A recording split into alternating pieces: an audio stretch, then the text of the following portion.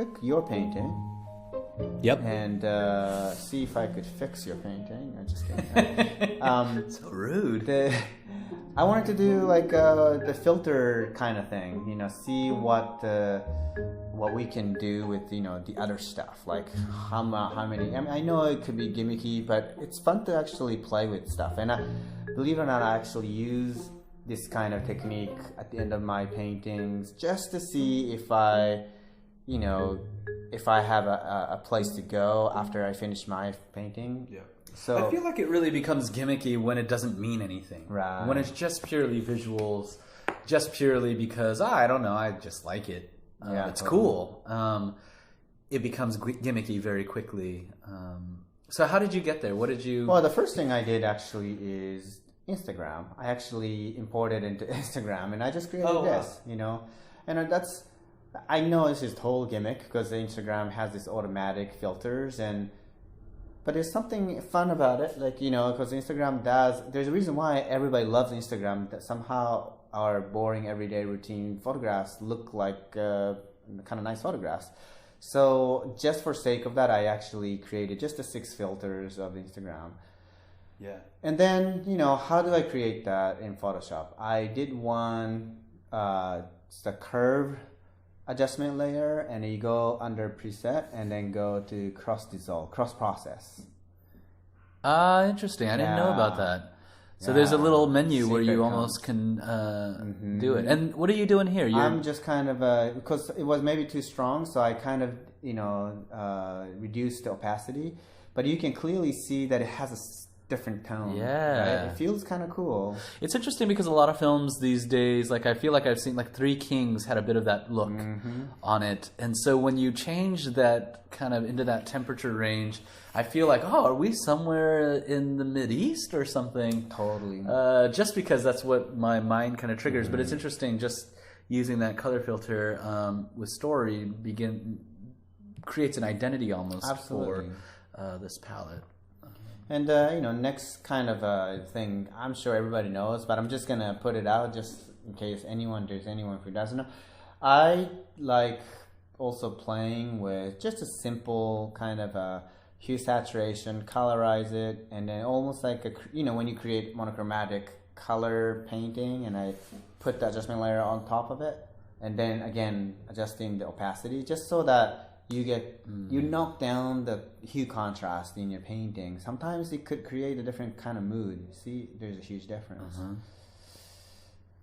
And the next thing I do is exactly the same thing. What if the color is even pushing that sort of warm sunset lighting that you established in your painting, original painting, but pushing it overall, kind of like in the live action films, they do it all the time, that they actually color it overall, just so slightly, so that... Right, as like a post effect sort of thing. After you have photography, you go back in.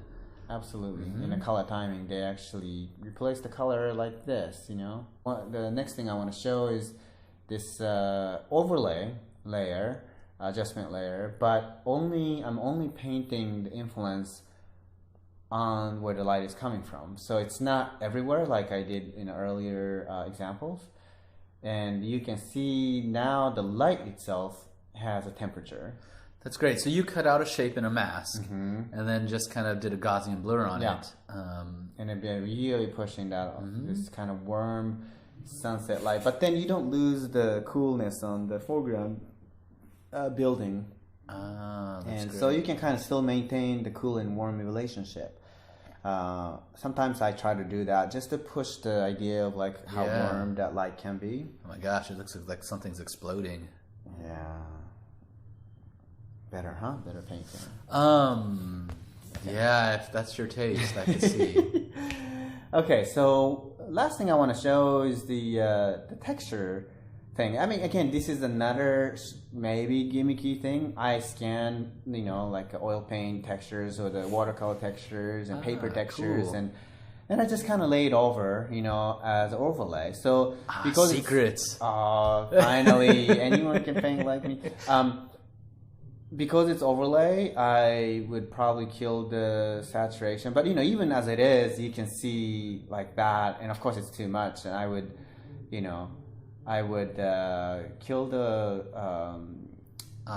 saturation, so it's only influencing the texture. And then just reducing opacity allows you to do just so slightly. But you see, it's a very subtle difference, but it kind of kills the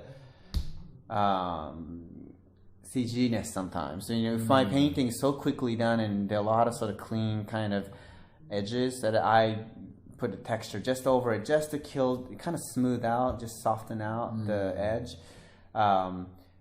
It's totally gimmicky, but I've done it so many times over my career, and just because I put this texture that Robert Kondo says it's a better painting now, all of a sudden it happens. You can trick people, but seriously, not trick people, but it actually can affect the look of it, right? Absolutely, yeah. And I think it's mostly about having something that breaks up, like you said, helps break up those large planes and stuff like that. And it's important, like Robert said earlier, that it's not about you have this filter that makes your painting better. It does not make it better, but it does change in certain ways. And that's something you play with. It's like a fun effect that you play with in any medium, whether it's traditional or digital. And you play with that. I'm pretty sure we're the last people who know a lot of these tricks, but these are the ones that we liked, using over the years, and hopefully you can have fun with it. Yeah, it's so interesting. I think like a lot of times there's like kind of this aversion to wanting to use filters or different things like that. And I'd say both of us are not at all. We're okay with whatever gets us there. So if a filter helps us get us more specifically into a range of what we want the tone or feeling of a painting to be, we'll do it. A lot of people ask about painting alla prima and painting directly, and kind of look at it in a way that you want to paint always that way. Yeah. And I'd have to say that it's not about the painting. It's not a rule. Yeah, it's really about the image that you're creating to help influence a story, help tell the story. That's more important than the purity of painting directly. Totally. So we use it all the time, when we can. Yeah. Okay, so the other stuff is fun, right? Fun stuff. Like it's like an icing on a cake. Absolutely, just like icing on the cake. It's still not the cake. Too much of it, and you don't really have a dessert. We've given you some dangerous tools, and I think they're dangerous because they're so kind of fun and exciting, but they're not the substance of a painting. They're not story. These are just tools that you can use, but we really hope that you don't overly focus on them. Just like Photoshop filters, overuse, which we've all seen, I'm sure, can really be kind of gimmicky. Yeah, but if you know how to use it, it can be pretty powerful. It can really enhance your storytelling. Absolutely. So with that, I hope you have a good time painting with these new dangerous tools. We'll see you next week. See you next week.